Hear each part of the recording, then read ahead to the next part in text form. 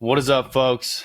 Let's get into it today. We're going to be covering the athletic or athlete learning model. Is one of the best ways that I can kind of phrase this and put it into words. Is the journey of an athlete from when they come into the facility to be, master some of the things we're working on, and then being able to take that to the next level. When they get to play collegiate sport, when they have to start training themselves, whatever. So whether they, become a college athlete, professional athlete, or whether they go on to just get their education in college, they're going to have these tools through the process of learning and mastery to be able to take care of themselves and keep themselves very capable for the rest of their lives. So what we kind of buy into and what we've seen with athletes over the last decade plus is the 4 stages of mastery. So if you haven't heard about this yet, listen up. This is a really great model to follow, not only for, athletes in the context that I'm talking about today, but anything you're going to do in life, whether that's be a parent, whether that's, in your professional life, in your relationship, whatever. I think this model can really apply to all of that. So number 1, we'll go over kind of the first stage of mastery, and that's unconscious incompetence. So you may have heard me speak about this before. It also can be classified as ignorance. This is where most people start. So it's the land of unknown and unknown. So in terms of you are unaware of problems or don't recognize the importance of improving. So this is somebody coming in that just really has no idea, why they aren't fast, why they have pain, or even really what to do with their training to take to the next level. Again, there's no problem with being here. Everyone starts here. So it's honestly the first time somebody steps in our facility for the free intro assessment. This is their state of mind, walking in and maybe over the first 5 minutes. Okay. Next is conscious incompetence. We can just classify this as awareness. And this is what we try to bring in our free assessment when athletes first walk in.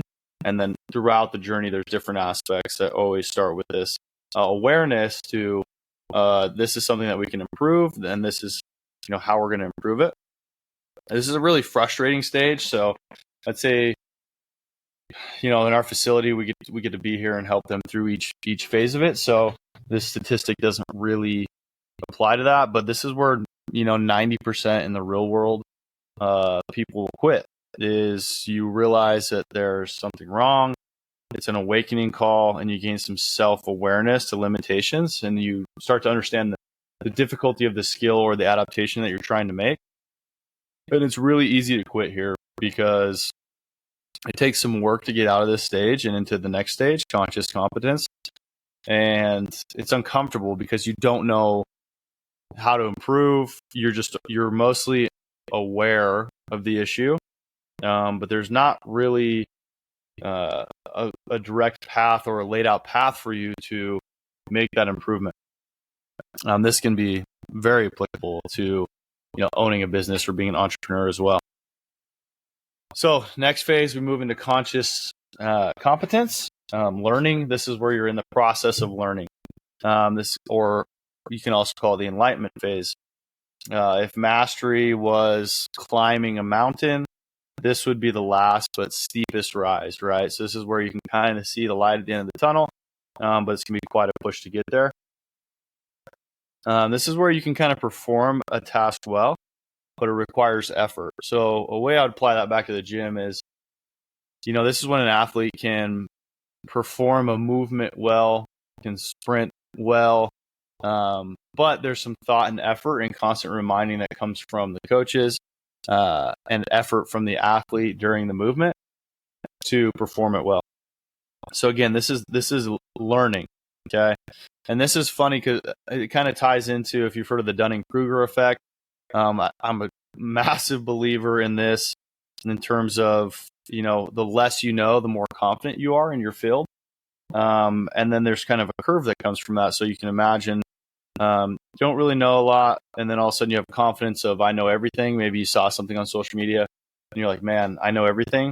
But as you actually start to gain knowledge in the field that you are thinking of, respective field or work or coaching or being an athlete even, you realize, oh, there's a little bit more to this, and your confidence is not as high as it was when you thought you knew everything.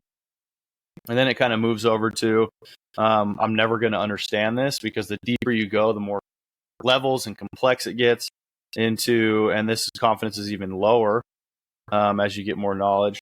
And then you get to the point where it starts to make sense. You're able to kind of work through these concepts. You're feeling confident with them. And then lastly, just really starting to understand. And, when somebody asks you a question about it, you're like, man, it's really complicated. There's a lot of effort that needs to go into learning this and progressing through this. And that's where, confidence starts to rise again. But I don't think it's ever as high as when you don't know anything about something, how confident you are in that very beginning stage where you think you know everything. So that's where people will say the common phrase of the more I know, the less I know.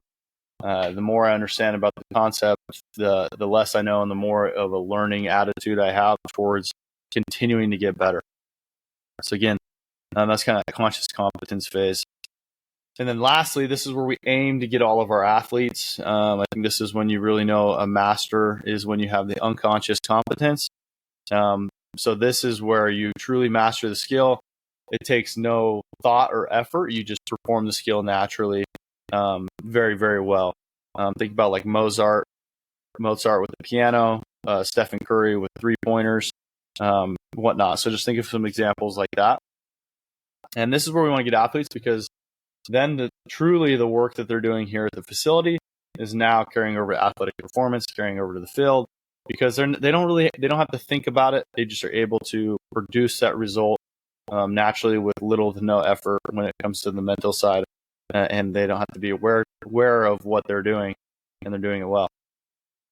This is often associated with state of flow, being in the zone, peak performance. The skill is just wired in your subconscious. And now, honestly, it takes more effort to do it wrong than it does to take it right. And that's really, truly, a mastering something. So again, that's where I speak about, athletes be able to go to that college level. If we can get them to the stage before they're able to hit the weight room running, because they don't really have to put a lot of mental effort into it. They are doing the skill well, and then coaches can start to build on that. Same with building a business. As you get into this stage, oftentimes you're making more right decisions than wrong decisions, just naturally. And again, that's mastery. The hardest part is probably getting through the first 2 phases and getting into that learning and growth phase. And then it just takes time and reps and effort to get to that mastery phase. It's a long journey. Again, being in the field for over a decade, I feel like, we do a pretty good job. We've spent countless hours of learning, immersing ourselves, and there's always something to be learned. And I wanted to just give you guys that kind of insight into, that development, if whether you have an athlete coming in or you have something you're working through in your personal life, give you guys some motivation to keep going through those first 2 phases and some awareness to it, right? So you might have started listening to this podcast, not known this model before, and then you realize there's a lot of things in life where you're in that unconscious incompetence or conscious incompetence. That's where this conversation would take you to, is that next stage. And then it's learning and getting to that conscious competent phase where, you're learning all of this, you're getting after it, whatever you're doing in your life, and you're trying to start to gather knowledge so that you can apply that and make it to something that you do naturally or develop a habit with. And that's where, again, it applies to athletes that come in or youth that come in that don't make it to collegiate sports. If this is ingrained in who they are and performance is ingrained in how they perform every day in life, they're going to do better in school. They're going to do better in relationships. They're going to do better, in anything in life, as well as keeping themselves physically in shape and capable to do the things that they love as they transition to, hobbies, as they transition to parenthood, anything like that. So thanks for tuning in, guys. I'm loving making these episodes. Going to continue to make more. If you have any questions on this learning model that I just went over today, please send them over. Would be happy to dive a little bit deeper into any of them. Again, I appreciate you guys' time. If you guys want to learn more, we have consulting for facilities, for business owners, entrepreneurs.